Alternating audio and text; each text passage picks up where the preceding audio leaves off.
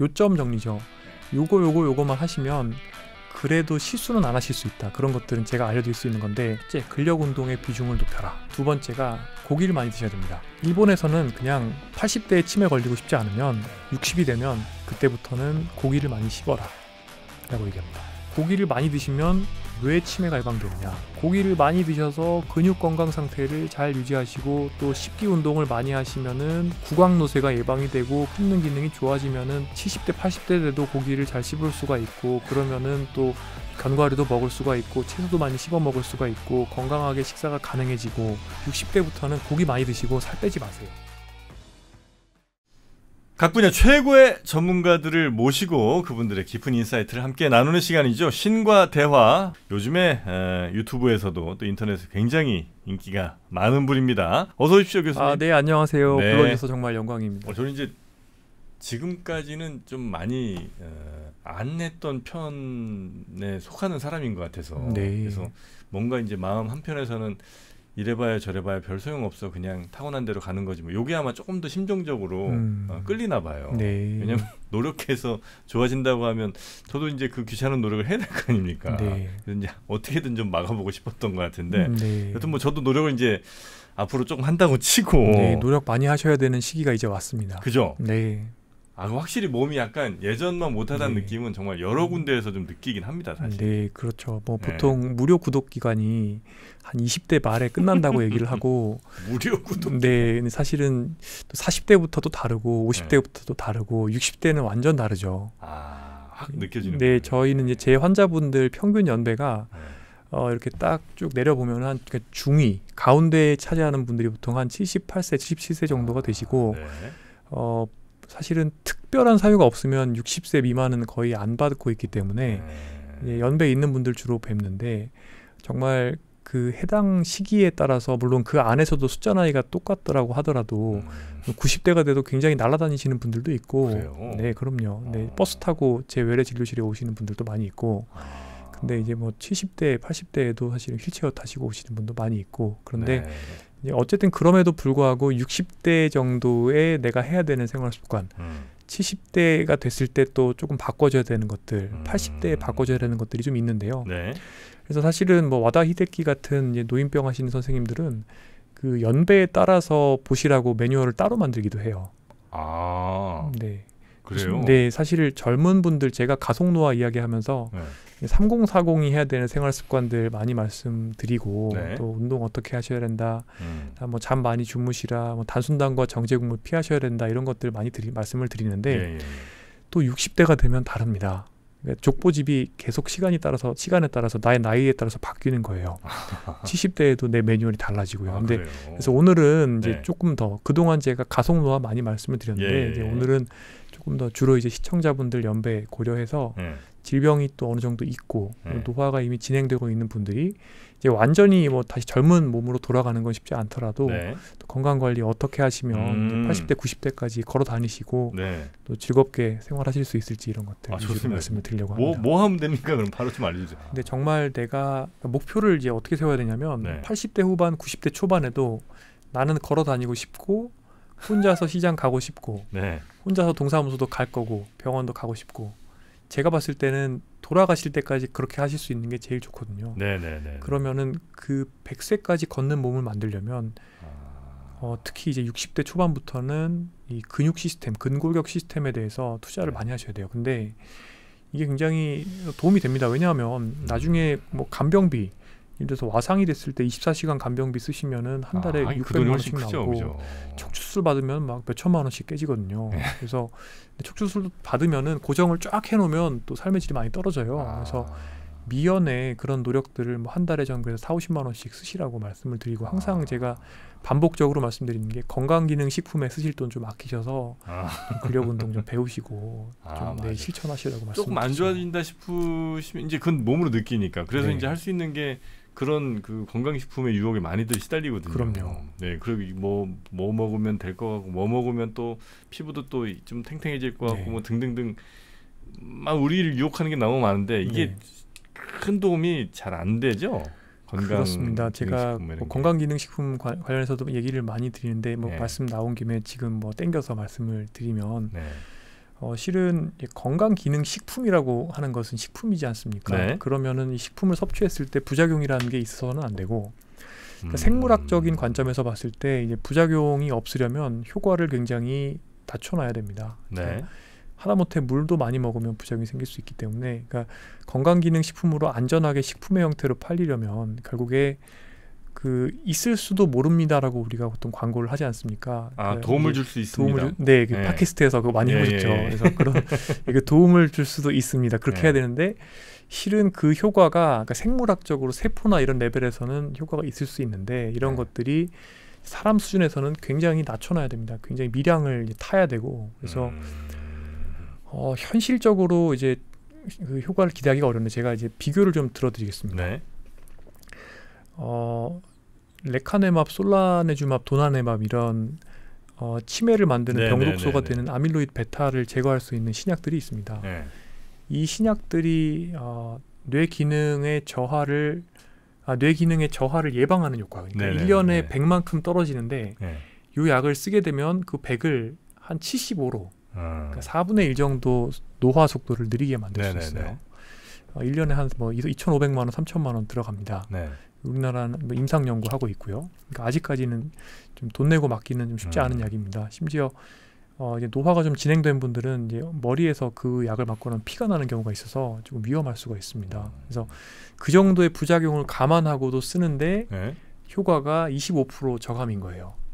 나빠지는 속도를 조금 늦추는 거다. 네. 그런데 이것보다 더 약한 게 뭐냐면 도네페질 이런 전문 치매 약물입니다. 전문 치매 약물 쓰게 되면 사실은 인지 기능을 30점 만점 우리 평가했을 때 MMSE를 한 연구들을 보면 1.5점 정도 이제 올려줄 수 있다 얘기하는데 그러면 30점 만점에 5%죠. 근데 이것보다 훨씬 약한 게 의사 선생님들이 전문으로 처방해주는 전문 약품으로 되어 있는 콜린 알포서레이트나 또는 진코 이런 성분 가지고 있는 진코. 네 그런 또 뇌 영양제라고 드시는 것들이 있어요. 지금 말씀드린 전문 치매 약물보다 훨씬 약한 거예요. 이것보다 훨씬 더 약한 게 뭐냐면 그러면 처방 없이 인터넷에서 그냥 구입하실 수 있는 뇌 영양제죠. 기전적으로 봤을 때는. 근데 이제 최강도 사실은 우리가 봤을 때는 썩 좋지 않은데 그러면은 이제 제가 여기서 항상 비교를 말씀을 드리는 게 느리게 나이 드는 식사, 그러니까 마인드 식사라고 해서 인지 기능 속도의 저하를 늦춰준다는 식사가 있는데 관찰 연구긴 한데 최대 4분의 1, 그러니까 75%까지 노화 저감 효과가 있었단 말이에요. 무슨 얘기냐면 이 식사만 바꿔도 우리가 치매 늦춰준다는 굉장히 비싼 3,000만 원짜리 약보다 효과가 좋을 가능성이 크다는 그 약보다도 그렇죠. 좋다. 좋고 그래서 이제 미국에서는 보통 치매 클리닉에서 항상 이 경도인지 장애 또는 치매 진단 받으시면 이 마인드 식사를 교육을 해드리죠. 우리나라에서도 교육하시는 선생님들 많으시고요. 식사를 천천히 해야 돼요? 식사를 천천히 하는 게 아니고 노화 속도를 느리게 만드는 식사인데 그 식사가 이제 저염을 하면서 자연에서 나오는 음식들 많이 먹고 올리브 오일 많이 먹고 채소 많이 먹고 그다음에 식물성 단백질 많이 먹고 이런 것들로 구성되어 있는 식사인데 저는 저속노화 식사다라고 말씀을 느리게 나이 드는 식사라고 말씀드리는데 결국에 뇌 영양제에 우리가 효과를 기대하느니 차라리 자연스러운 식사를 하시고 또 운동을 하시고 스트레스 관리하시고 이런 것들이 훨씬 더 도움이 된다라고 말씀을 드리고 한국 분들이 굉장히 좀 가지고 계시는 어떤 통념 같은 게 있어요. 이런 것들이 또 TV 틀면은 나오다 보니까 그러니까 가운 입은 의사 선생님들이 나와서 누구는 뇌영양제 광고하고 어떤 분들은 비타민 광고하시고 어떤 분들은 관절 광고하시는데 재밌는 게 이제 해외에선 아이 리스크라는 연구가 있습니다. 이 연구에서 보면 결국에 잘 먹고 생활습관 관리 술 담배 덜하고 운동하고 이런 식으로 생활습관이 좋으면 그 망막의 노화 속도는 망막 질환의 발생 정도가 50% 이상 저감됩니다.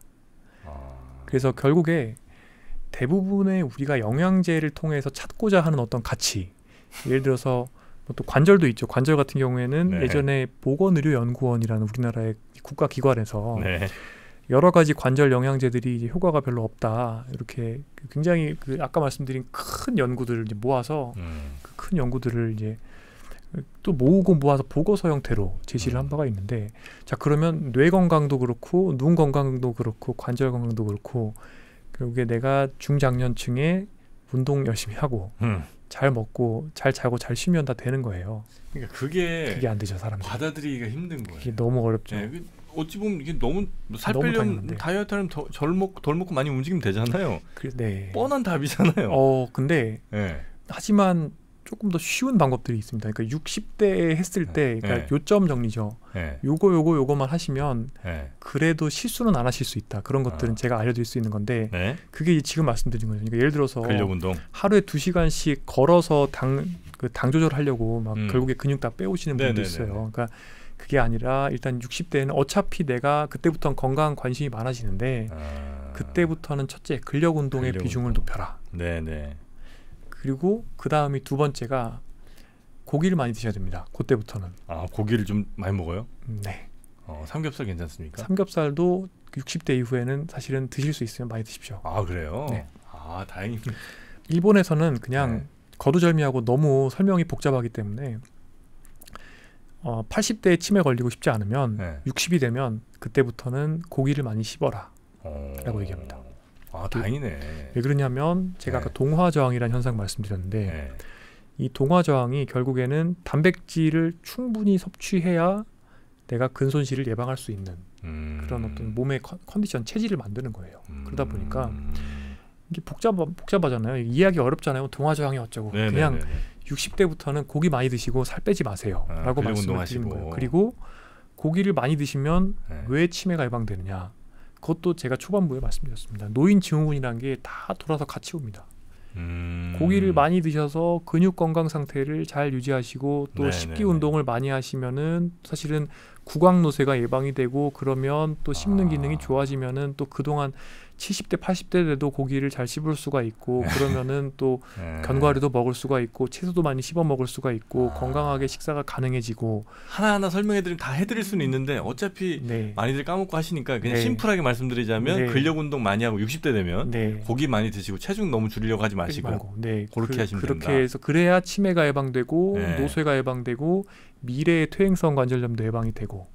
고기 많이 먹으면 몸에서 냄새 난다고 그러던데 그거는 맞아요? 아니면 그렇지는 않습니다. 그건 아니에요? 뭐 누린내 난다 뭐 이런 아닙니다. 노인 냄새 많이 난다 이건? 아닙니다. 그렇지 않습니다. 그렇습니까? 그건 잘 씻으면 되나요 그냥?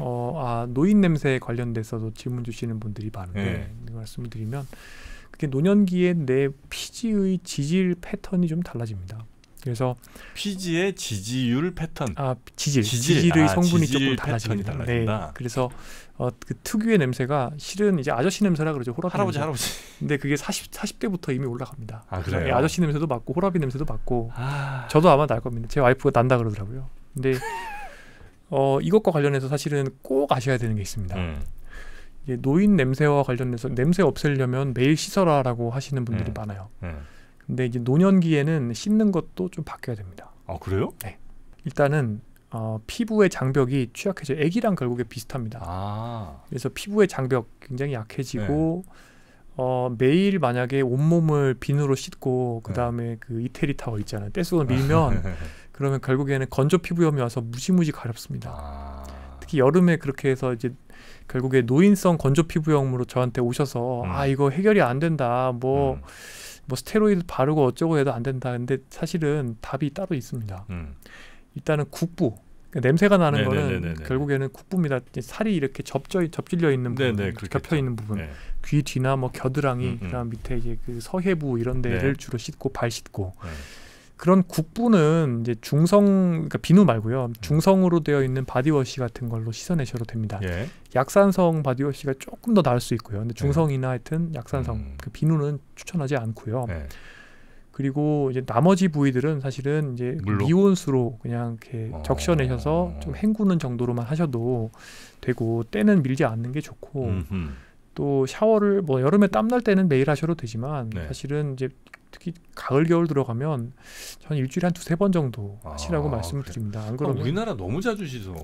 근데 자주 씻는 좀 문화가 있는데 이제 특히 이제 괜히 이제 뭐 등이나 배 이런데 팔 이런데 자꾸 계속 씻다 보면 나중에는 이제 그 결국에 피부가 이렇게 벌어지면서 건조 피부염이 오게 됩니다. 그래서 그렇게 되면 정말 무지무지 가려운데 그거는 진짜 잘 낫지 않아요. 결국에는 근데 치료는 비슷합니다. 아이들과 똑같아요. 아토피 애들이랑 똑같은데 이제 그 보존제가 들어있지 않은 보습제를 사용을 하고 그다음에 씻는 횟수를 줄이고 국부 위주로 씻고 이런 식으로 관리를 해주시면 되고 비누 사용을 이제 지양하는 것이 좋고. 아 그래요. 네, 그렇게 해주면은 좀 많이 좋아지게 되는데 어쨌든 씻는 건 그렇게 하시면 되겠습니다. 아 그렇습니까? 네, 노인 냄새 관련해서. 네. 네. 그 요즘에 그 아까 잠깐 말씀 나오긴 했는데 맨발 걷기 있잖아요. 네. 그 되게 유행이잖아요. 네. 그거는 확실히 뭐가 효과가 더 일반 걷기보다 좋긴 한 거예요. 네, 맨발 걷기와 관련해서 우선 자 그라운딩을 이야기를 많이 하시는데 네.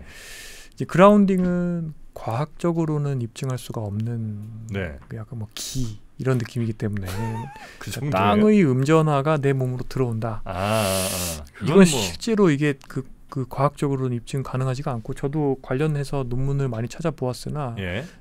쉽지 않습니다. 그래서 이거는 일단 과학의 영역이 아니기 때문에 제가 언급은 삼가겠습니다. 그러니까 믿음의 영역이죠. 그리고 이제 여러 곳에 막 이렇게 자극이 직접 된다. 발바닥 이런데.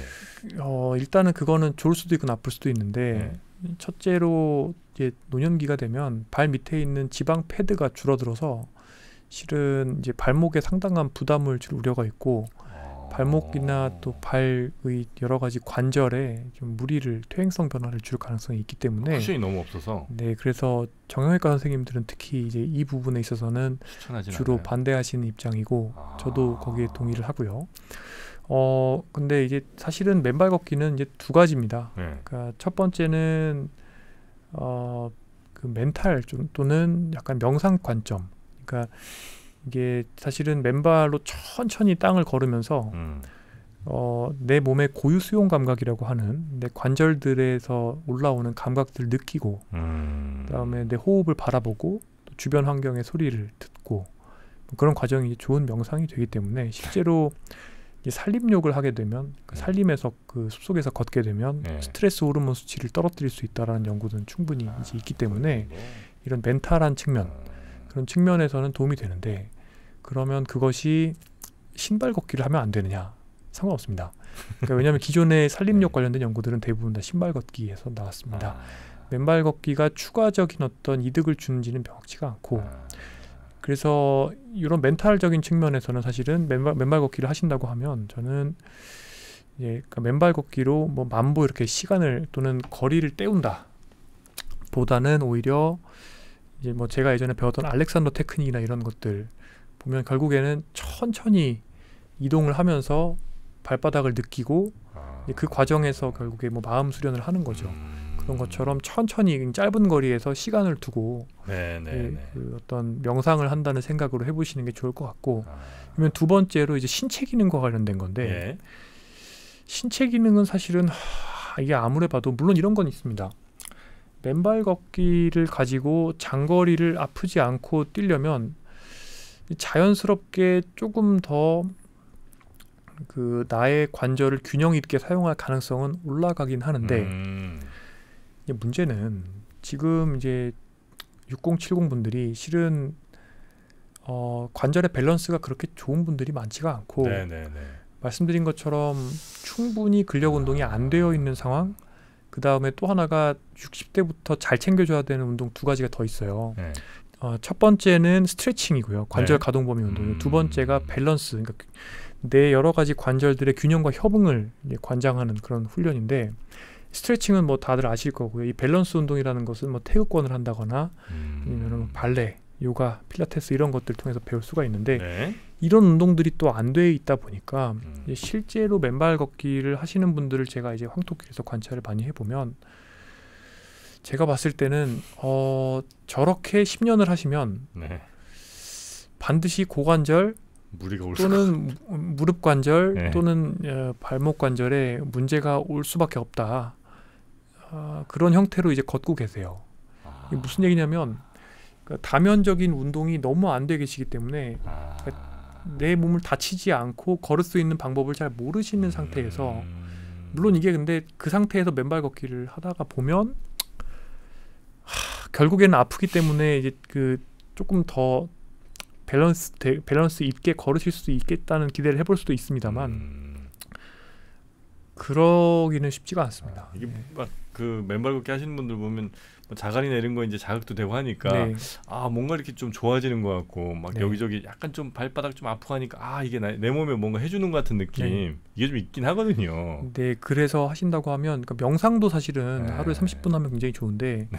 그러니까 천천히 맨발로 황토길이나 자갈길을 걸으시면서 한 2~30분 정도 명상처럼 하시고 그 다음에 이제 하루 만보나 아니면 유산소 운동으로 하는 것은 차라리 신발 신고 뭐 조깅을 하시거나 차라리 만약 맨발 운동 한다면 젊은 사람들한테 차라리 더 나을 수 있겠군요. 그렇죠. 젊은 분들이 맨발로 정말 뭐 그러니까 뭐 기체조를 하신다거나 뭐 알렉산더 테크닉의 걷기 연습을 한다거나 네.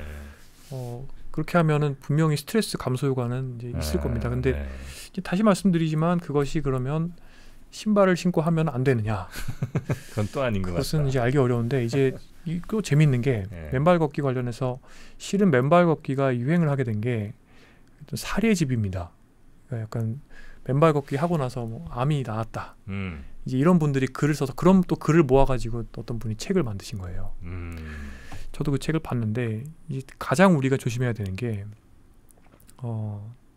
어떤 하나의 이 사례를 그렇죠, 가지고 그렇죠. 그걸 네. 침소봉대하는 건데 이게 왜 그러냐면 굉장히 위험하죠. 근데 이런 것도 있죠. 누구는 장칼망 할머니는 100세가 넘어서도 담배를 피웠다. 그러므로 우리 모두 담배를 피우면 100세까지 살 수 있다. 그게 안 되는 거거든요. 그러니까 이런 오류를 피하기 위해서 이제 임상 연구라는 것을 할 때는 네. 이제 특정 어떤 중재, 예를 들어서 맨발 걷기다. 맨발 걷기와 신발 걷기의 효과를 비교하기 위해서 100명 맨발 걷기를 하고 신발 걷기를 한 다음에 여러 가지 우리가 계측할 수 있는 인자들을 이제 분석을 하고 그다음에 건강 예후와 관련된 인자들을 분석을 하죠. 이제 이런 연구를 하고 이런 것들을 또 중재 연구라고 하고 중재 연구를 다시 모아서 대규모 인구 집단에서 그러면 또 이런 것도 봅니다. 수백만 명을 다 모아서 맨발 걷기를 한 사람, 신발 걷기를 한 사람 비교했더니 뭐 맨발 걷기를 하면은 뭐 효과가 있는 것 같다 없다 이제 보는 거죠. 그렇게 해서 그런 연구들을 또 모아서 모은 걸 우산 리뷰라고 그래요. 엄브렐라 리뷰라고 그래서 가지고 있는 증거들을 다 모읍니다. 하이 퀄리티를. 그렇게 해서 사실은 이제 우리가 알게 된 게 뭐냐. 예를 들어서 60대가 되면 근력 운동을 해야 근감소증이 예방이 된다. 네네. 치매를 예방하려면 술, 담배 안 하고 정갈하게 먹고 뭐 그다음에 명상을 하는 게 좋다. 스트레스 리덕션 하는 게 좋다. 잠을 잘 자야 된다. 이런 것들인데 아직 맨발 걷기 관련해서 이런 연구가 없다는 거죠? 없고요. 네. 근데 이제 맨발 걷기와 비슷하게 이런 식으로 마케팅 되는 것들이 있어요. 뭐죠? 예를 들어서 얼마 전에 한 채널에서 이제 고함량, 초고용량의 비타민 C를 드시게 되시면 콩팥에 돌이 생길 우려가 있기 때문에 정부에서도 이건 하지 않았으면 좋겠다. 뭐 이렇게 말씀을 하시고 메가도즈 뭐 이런 거. 메가도즈, 울트라 메가도즈에서 뭐 16g, 20g 드시는데 이 권장량이 1g 이상은 오버하지 않기를 이제 촉구를 하고 있고 원래 사실 사람에서는 비타민 C가 100mg만 있으면 돼요. 이제 그러면은 이제 비타민 C를 고함량을 투여했을 때 어떤 건강상의 이익이 있느냐 연구들이 있습니다. 연구들에서는 이제 요로에 돌이 생길 가능성이 증가된다라는 건 확실히 얘기를 하고 있고 건강상의 이익에 대해서는 사실은 뭐 불확실하다 이렇게 돼 있습니다. 네. 그 심지어 이제 비타민 C를 뭐 고용량뿐만 아니라 저용량이건 뭐 여러 가지로 보충을 했을 때 어떤 질병 예방 효과가 있느냐? 과일과 채소를 복용을 해서 내가 비타민 C를 섭취하면 질병 예방 효과가 있다는 게 알려져 있는데 안타깝게도 영양제의 형태를 통해서 복용했을 때는 그런 효과가 별로 없는 걸로 지금 나오고 있습니다. 대규모 연구들을 종합했을 때. 그 과일로 먹으면 괜찮은데? 그렇습니다. 네, 그래서 대부분의 미량 영양소나 우리가 영양제를 통해서 찾는 것들을 같은 것을 이제 원물 과일로 드시면 대부분 좋은 효과가 나오는데 그러니까 관찰 연구나 이런 거 보면 그런데 이런 것들을 영양제의 형태로 고성분만 먹으면 과일에서의 그 좋은 효과가 잘 관찰이 안 돼요. 아직까지 과일에 우리가 뭘 들어있는지 정확히 모르는 것도 많고요. 뭐 여러 가지가 있습니다. 이성분이라고 우리가 생각하고 이걸 이제 먹자고 했는데 그게 아닌 사실은 거죠. 그거 먹어서는 그 효과가 같이 안 나오더라. 네. 비타민 D도 그렇습니다. 자연 관찰군에서 비타민 D 레벨이 높은 사람들은 결국에는 햇빛을 많이 볼 가능성이 높고 햇빛 많이 보고 밖에 활동을 많이 하면 우울증이 덜할 것이고 신체 활동이 많으면 인지 기능도 좋아지고 그러니까 비타민 D가 높은 사람은 치매도 적고 낙상도 적고 나중에 뭐 사망률도 예방이 되고 다 좋습니다. 근감소증도 예방이 돼요. 그런데 이걸 가지고 와서 그럼 사람들을 두 군으로 나눠서 비타민 D를 주고 안 주고 비교해 봅니다. 그 비타민 D만 가지고는 효과가 없어요. 왜냐하면 결국에 비타민 D라는 거는 이 여러 가지 건강과 관련된 인자를 보는 데의 매개의 변수인 거죠. 그러다 보니까 영양제 가지고는 그 효과가 재현이 안 되는 거예요. 자연 비타민 D를 보는 게 중요한 건데, 그런데 어쨌든 제가 말씀드린 건 뭐냐, 네. 그 특정 그 채널에서 제가 이제 그래서 메가도즈 비타민 D를 안 하셨으면 좋겠습니다. 여러 가지 연구 결과들이 있습니다. 말씀드렸더니 이제 악플이 우수수 달려요. 내가 효과를 봤는데 뭔 소리냐. 효과를 본 사람이 있다고 하는데 넌 전문가도 아닌 주제에 뭐 그러고 있냐. 그래서 아니 막 완전히 막 그 거의 뭐 제가 그 다음부터 이제 영양제 이제 조심해야 되겠구나. 근데 거기서 이제 항상 나오는 게 뭐냐. 그러니까 마케팅을 할 때는 이제 가운 입고 나오시는 분들이나 이런 분들이 또 특정 좋아진 사례에 대해서 또 사람은 내러티브에 굉장히 약합니다. 왜 그 내러티브와 숫자에 두 개를 비교해 보면 사람들은 항상 그 스토리에 민감하기 때문에 그 좋아진 분 얘기 들으면 이제 그 거기에 혹하는 거죠. 근데 기본적으로 가짜 약을 드리게 되면 당연히 평균 효과는 가짜 약을 100명, 밀가루 약을 100명 주면 효과가 없어야 되겠죠. 네. 근데 플라세보 가짜 약 효과가 조금 있습니다. 항상. 네. 가짜 약 효과가 있는 데다가 정규 분포를 그리게 되면 이렇게 곡선이 나옵니다. 그 곡선의 끝에는 요 약을 가짜 약을 먹고 갑자기 암이 완치된 사람도 나올 수가 있죠. 왜냐하면 실제로 예를 들어서 자연 경과 관찰을 해도 갑자기 암이 없어지는 분도 있고, 자연적으로 없어진 건데 마침 그 시기에 밀가루 약을 드신 분인 거죠. 그럴 수도 있고, 뭐 예를 들어서 제 환자분들 중에도 뭐 항암 치료 연배가 너무 있어서 못하는 분들인데 자연 경과를 보는데 암이 줄어든 분도 있고 그냥 아무것도 안 하고 있어요. 그냥 그러니까 종양내과에서 이제 포기하고 넘겨주신 거죠. 근데 그런 분들이 있어요. 그러니까 정말 그냥 가만히 있는 분도 있고 뭐 좋아지는 분도 있고 막 그래요. 근데 결국에 그 우리가 영어로는 에넥도트라고 하는데 하나의 어떤 일화 사례를 가지고 결국에 맨발 걷기는 많은 사람의 건강을 향상시킬 수 있다.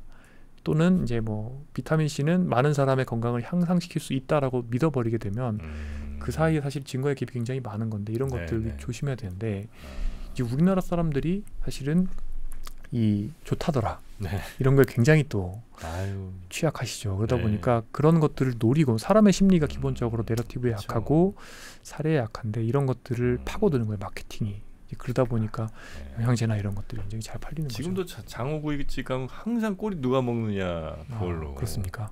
아니 그 장어꼬리 저는 이제 늘 생각하거든요. 아니 장어꼬리 거기에 뭐 집중돼봐야 얼마나 집중됐겠냐. 맞습니다. 얘기를 하는데 그리고 이제 저는 늘 이게 지금은 보양식이 그냥 절식이 보양식이다 이런 생각을 하는 사람이거든요. 그렇죠. 정확히 맞습니다. 뭐 옛날에 그 제가 단백질 섭취 워낙 힘들 때야 그 단백질 좀 먹으면 금방 힘 났겠지. 낙지 먹고 힘 나고. 맞습니다. 지금은 그 넘쳐난 맨날 먹는 그 낙지에 저 삼겹살인데 그거 뭐 낙지 먹다 갑자기 여름에 뭐 힘이 나거나 이러겠냐. 맞습니다. 예, 삼계탕도 역시 저는 비슷하게 생각합니다. 맞습니다. 옛날에는 진짜 없을 때 뭐 삼계탕 한번 먹으면 맨날 푹푹만 먹다가 얼마나 힘 났겠어요. 맞습니다. 그러나 이제 뭐 삼계탕 먹는다고 무슨 차라리 그 한 끼니 그냥 젊은 사람 기준입니다. 좀 차라리 굽는 게 오히려 건강에 낫다. 네, 60대 이후에는 그래서 조금 다르죠, 근데. 그렇죠. 60대 이후는 간헐적 단식 하시면 안 돼요. 그렇죠.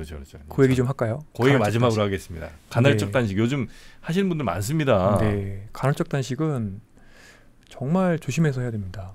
한국 사람들은 특히 아까 말씀드렸던 동화 저항 현상이 있고 또 인슐린 저항성이 있기 때문에 게다가 평소에 내 몸에 있는 지방이 건강한 방식으로 열을 생산할 수 없는 체질로 바뀌어 있는 분들이 많아요. 이게 조금 어려운 얘기인데 여기서 제 유튜브 광고해도 되나요?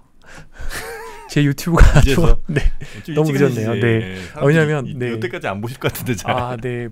혹시나 보신 분들은 왜냐하면 이제 이런 기전들을 이제 설명을 여기 드리기는 굉장히 어렵기 때문에 3프로에서는 복잡한 기전들을 설명드리기 어렵기 때문에 제가 정의원의 저속노화라는 유튜브를 이번 달 말에 론칭을 하는데요. 론칭을 하세요? 네, 할 예정인데 이제 그때 지금 말씀드린 이런 기전들 조금 더 궁금하시면은 이제 들어보셔서 보시면 아마 좀 답답하신 것들, 그러니까 조금 더 뭐랄까 고급형 그런 지식들을 이제 전달을 해드리려고 하고 있는데요. 아무튼 조금 말씀드리겠습니다. 다시. 그래서 이제 원래 간헐적 단식이라는 게 우리가 어떤 기전을 이제 원하는 거냐면 밥을 안 먹을 때 첫 번째 오토파지. 그래서 세포 내에 있는 쓰레기가 탄다. 두 번째 밥을 안 먹을 때 내 몸에 지방이 탈 거다. 그 다음에 또 여러 가지 AMPK를 위시한 내 몸의 에너지 센서가 결국엔 브레이크 페달인 노화의 브레이크 페달인데요. 이런 브레이크 페달이 작동해서 노화를 늦춰줄 것이다. 맞아. 그런 것 때문에 하는 겁니다. 그런데 많이 들었어요. 평소에 인슐린 저항성을 만드는 단순당과 정제국물 많이 드시고 그다음 평소에 근력 운동 전혀 안 하시고 또 유산소 운동 안 하시는 분들은 첫째로 일단은 내 몸에 지방이 분포가 조금 바뀌어 있습니다. 복부 지방이 많고 또 피하 지방은 제 기능을 하지 못해요. 예를 들어서 뭐 콜라 같은 거 자주 드시는 분들은 이 피하 지방이 원래 미토콘드리아를 만들어내서 거기서 열 생성을 할 수 있는 능력을 가지고 있어야 되는데 그 미토콘드리아를 잃어버린 상태로 있게 됩니다. 그 말인즉슨 굶거나 했을 때 지방이 잘 안 탑니다. 그런데 문제는 동화저항까지 생겨 있으면 계속 내가 단백질을 섭취해 주거나 또는 근육에 자극을 줘야만 근육량이 좀 유지가 됩니다. 그런데 그 자극이 갑자기 훅 빠지게 되는 게 이제 절식, 단식 기간이죠. 그러게 되면 그때 동화저항이 동반된 근육은 굉장히 빠른 속도로 녹게 되고 지방은 태울 수 있는 능력이 사라졌으므로 남아있고 열 생성도 안 되고 또 기초대사량은 줄어있고 그러니까 간헐적 단식도 결국에 60대 이후에 칼로리 줄이고 단백질 안 먹었을 때 근육 빠지는 것처럼 근육만 빠지는 겁니다. 그래요? 네, 그래서 해결 방법이 있습니다. 60세 이상이시면서 특히 인슐린 저항성이 있거나 당뇨 전 단계거나 또는 당뇨약 드시는 분들은 하지 마세요. 하지 마요? 네, 그러니까 이게 뭐냐면 젊은 사람이 대사적으로 아직까지는 괜찮을 때 간헐적 단식을 하면 내당능 장애를 예방할 수 있어요. 그런데 내당능 장애가 생긴 다음에 간헐적 내당능 장애, 네, 당뇨 전 단계이고 혈당을 그러니까 단 음식을 섭취하거나 탄수화물 먹으면 혈당이 확 올라가는 그런 스파이크가 생기는 현상인데 이 내당능 장애가 생겨 있는 상태, 즉 인슐린 저항성 있는 상태에서는 간헐적 단식이 독이 되고, 그러니까 마찬가지죠. 그러니까 스쿼트를 관절염이 생기기 전에 하면은 관절염이 예방이 되는데 관절염 생긴 다음에 잘못하면은 오히려 물은 나갈 수 있는 것처럼 간헐적 단식도 그런 거예요. 대사 입장에서는. 그래서 건강할 땐 해도 괜찮고. 그러면 어떤 분들이 하셔도 되느냐? 304050인데 여성분들은 완경기에는 좀 조심하시는 게 좋고 304050이면서 근육도 많고 체중도 많이 나가는데 평소에 운동도 좀 하고 근육 좀 빠져도 괜찮은 상태에서 그걸 감수하고 지방 빠지겠다 이러면 하셔도 되고, 또 다른 방법은 평소에 근력 운동이 안 돼 있는 분들이라고 하면 한 3에서 6개월 정도 충분히 유산소 운동, 근력 운동 하시고 그 다음에 또 스트레스 관리도 하셔야 됩니다. 코티솔이라는 게 또 동화저항을 만들어요. 또 코티솔과 밀접한 관련이 있는 게 수면 장애입니다. 그러니까 또 수면 박탈, 그러니까 잠을 아끼게 되면 또 스트레스 호르몬 올라가고 또 근육을 녹여요.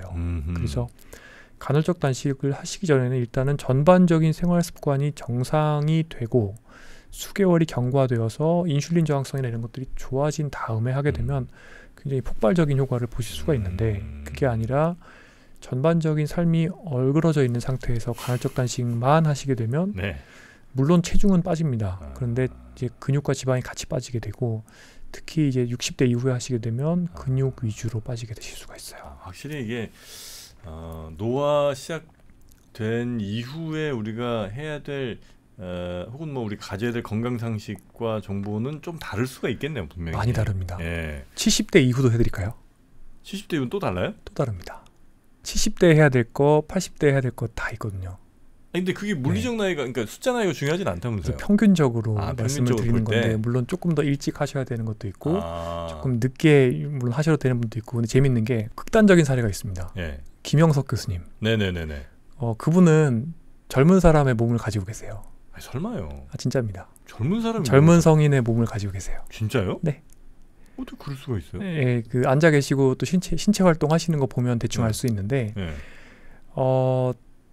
말하자면 평균 나이로 봤을 때 우리나라의 한 70대 초반 중반, 와, 그 정도신데 이제 그런 분들이 좀 활동하시는 분들이 많이 계세요. 이시영 선생님 같은 분도 있고 네네네네. 보시면 굉장히 연배 있으신데 소식하시고 뭐 간헐적 단식 하시는 분도 있고 굉장히 막 경박단소하게 삶을 사시는 분들이 있어요. 근데 그거는 가능한 이유가 그분들은 평생을 그렇게 사셨기 때문에 몸의 대사 시스템이 아직까지 노인이 아니에요.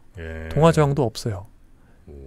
그러니까 경박단소하게 계속 드시고 뭐 당근 주스 드시고 하시거든요. 이시영 박사님 보시면. 근데 그렇게 하셔도 근육이 안 축나요.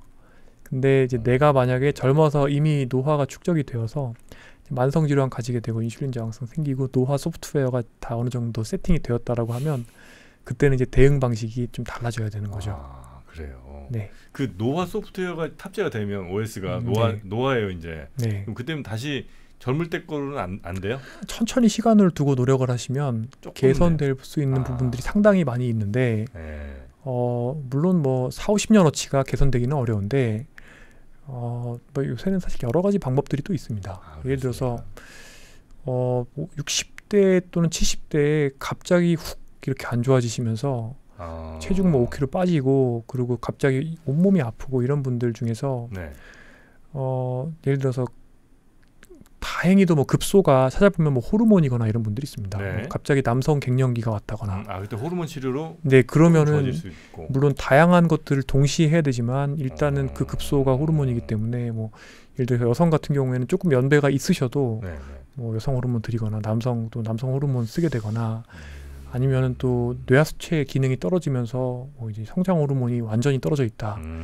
그런 것들 정상화 시키면서 동시에 이제 다른 것들을 같이 끌고 나가면 어느 정도는 이전 컨디션을 회복을 하시는 분들이 많이 있고 그 다음부터는 관리 잘하면 그러니까 이렇게 떨어지다가 훅 떨어졌는데 다시 올려서 이전 궤적으로 천천히 하지만 이전보다는 좀 덜 떨어지게 이렇게 해드릴 수가 있고 뭐 정말 재밌는 사례들이 많습니다. 그냥 뭐 치매냐 그 인지 기능 많이 떨어지시고 치매 약 받고 오셨어요. 근데 다 해보니까 결국에는 치매 문제가 아니라 사실은 이제 뭐 다른 뭐 부신의 문제였거나 아니면은 뭐 자가 면역 질환이 있어서 그냥 자가 면역 질환 때문에 선망이 생긴 분도 있고 이제 그런 분들은 이제 원인 질환을 잘 치료를 하면 또 좋아지시는 분들이 있고 또 약이 굉장히 많이 쌓여가지고 엉켜서 오시는 분들도 있는데 증상 위주로 닥터 쇼핑 하시다가 그렇게 되시는 분들이죠. 그러다가 그 약을 이제 이렇게 쌓여있는 약들을 반대로 이제 풀어드리면은 또 좋아지는 분들도 있고 그래서 가역적으로 이제 노쇠가 좋아질 수 있는 것도 상당 부분이 있는데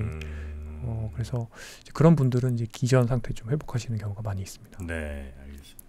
오늘 방송에서 아마 궁금한 점들이 생기신 분들 굉장히 많으실 텐데 그건 한번 저희가 댓글을 좀 받아갖고 그 다음에 출연하실 때 그 궁금증들을 한번 좀 집중적으로 여쭤보면 어떨까? 그 공통점 매우 좋을 것 같습니다. 네네네. 다음에 모실 땐 이미 또 유튜브가 너무 대박 나셔서 또 안 나오실지 모르겠는데 아닙니다. 3%는 언제든 가장 좋아하는 채널이고. 진짜요? 제가 어렸을 때부터 사실은 뭐 팟캐스트 하실 때부터 굉장히 많이 배웠고 덕분에 저도 투자도 많이 공부하고 그랬기 때문에 그렇습니까? 항상 감사하는 마음입니다. 알겠습니다. 그러면 우리 정유현 교수님은 항상 나와 주시는 걸로 알고 그러면 이번 에피소드에 달린 댓글을 저희 위주로 해서 다음에는 한번 모셔서 그 Q&A 시간을 한번 좀 갖도록 하겠습니다. 네, 너무 좋습니다. 자, 오늘 함께해 주신 서울 아산병원 노년내과의 정유현 교수님이었고요. 조만간 다시 한번 그러면 Q&A 시간으로 모시도록 하겠습니다. 고맙습니다. 네, 감사합니다.